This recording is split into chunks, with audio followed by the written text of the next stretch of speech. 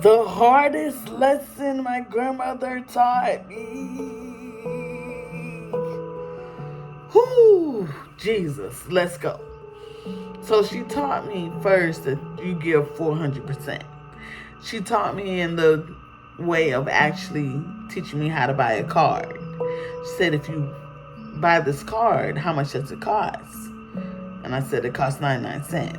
She said, no. Then I looked at her crazy, like, the price is right here. It says 99 cents.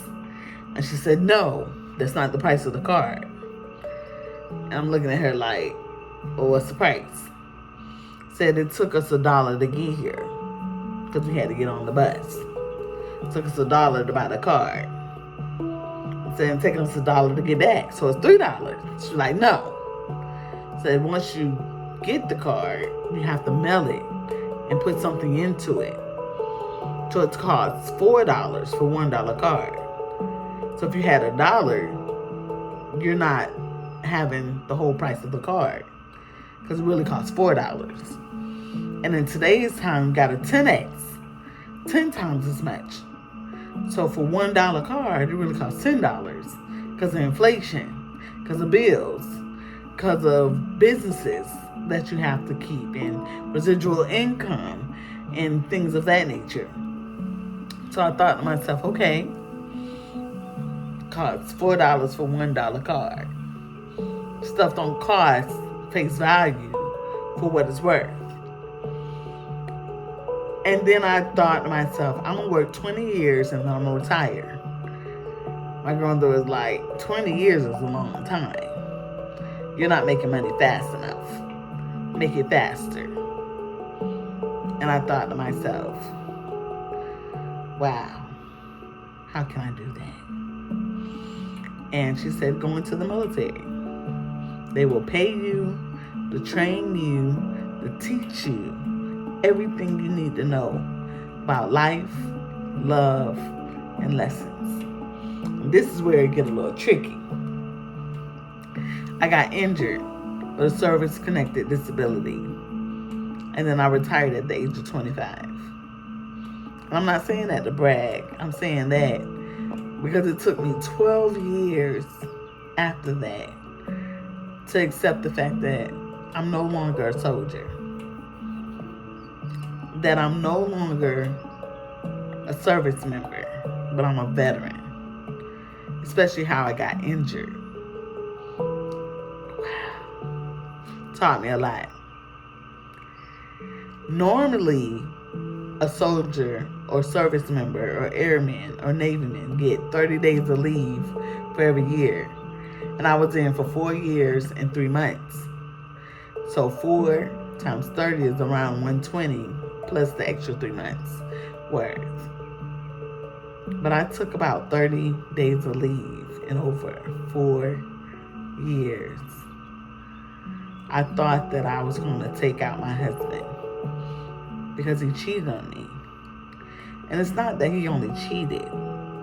He brought home something that I didn't want to have, like a STI.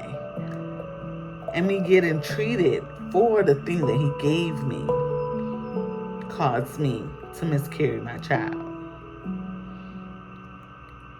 And I was so hurt, so angry.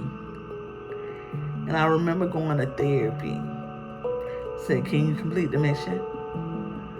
Your feelings is your feelings. Are you able to function even though you're feeling? Now I remember her saying that you're not adapting to the military. And I said, I'm running, I'm jumping, I'm marching, I'm doing everything but doing the effing. And she said, like I said, you're not adapting. And I remember when my innocence got taken, thinking that she said I wasn't a part of a team. And it traumatized me, that same trauma that took my childhood. A different type of trauma took my adulthood. And it caused me to be silly.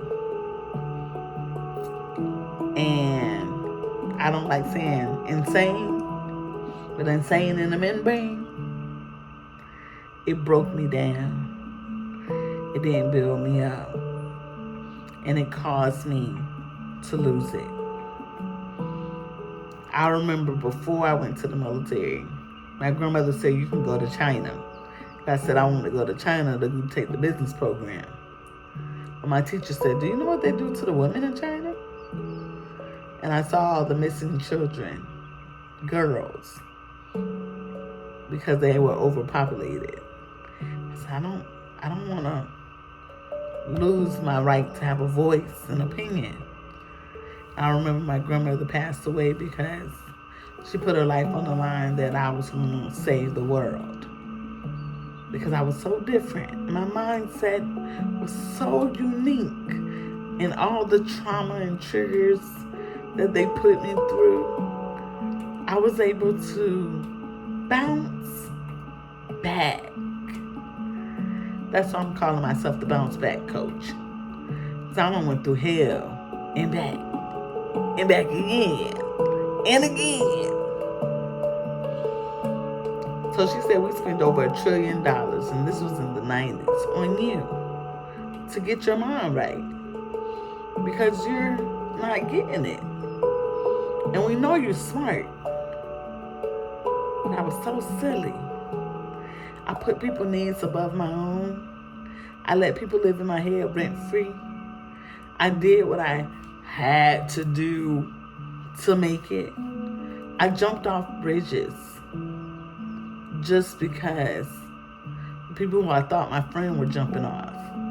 But I didn't know they had a parachute. And here I am free gliding with no parachute, about to drown. I remember I was facing jail. I had an ex-boyfriend who was pushing weight. I thought that meant moving furniture because he worked for a furniture company. And the judge said either go to war or go to jail. 15 years. So I went to war. I was training my ex-husband on taking the ASVAB, which is the entrance test to the military. They said, why don't you take it? And I thought it was out of 100, so I was intentionally missing some because as a child, I was talked about for breaking a curve. So if I got an 80, it was good, and they would give me the points, I would make 100. And it would allow my counterparts to catch up who didn't understand the material. So I remember calculating what questions I intentionally got wrong so I wouldn't get 100. And then just because I did the math on my paper, they looked at me like I was cheating. They thought that I was cheating. So I went to sleep and I was like, I'm trying to get this wrong, this wrong, this wrong, this wrong. And I still got a 79 and I tried to get an 80. So I was right on point. And I remember my ex-husband couldn't even get a 35. And here I am with a 79, but intentionally missing some on purpose. And they gave me a $40,000 bonus, $20,000 to pay for my loans. They paid me a bonus. They gave me benefits. They gave me Vegas pay. My grandmother was like, give your all. Your all, baby, all. So I gave 400%. I pushed on days I was sick. I lost my baby, and I kept pushing. Kept praying, kept hoping, kept wishing. Unconditional love. Even though he cheated, lied, hurt me, manipulated. Unconditional love. But the thing that I didn't know, to love myself. Unconditionally. Unapologetically. Love me. And to hear more of this story, make sure you subscribe and share. Because I'm not the only one that got hurt. That loved somebody so much, but didn't love myself enough to say no. That's wrong. Don't cheat on me. Don't hurt me. Don't burn me. Don't use me for my money. It's not okay. So make sure you guys subscribe, because we got some stories to tell. And the name that I'm thinking about giving myself is Smart and Silly, because I've made mistakes. So many mistakes. And I'm so smart. Like, in the classroom, I'm on fire. Then I get in real life, and then I nut up. Something's not translating. The wisdom wasn't there. The application wasn't there. But the knowledge is there. I have the basics. The understanding wasn't there. Because I couldn't imagine the bad part of the story. Without a villain, it's hard to have a hero, even if you're loving yourself. So the hardest lesson my grandmother taught me was love yourself unconditionally. With that being said, we'll see you next Sunday between 11 and 3.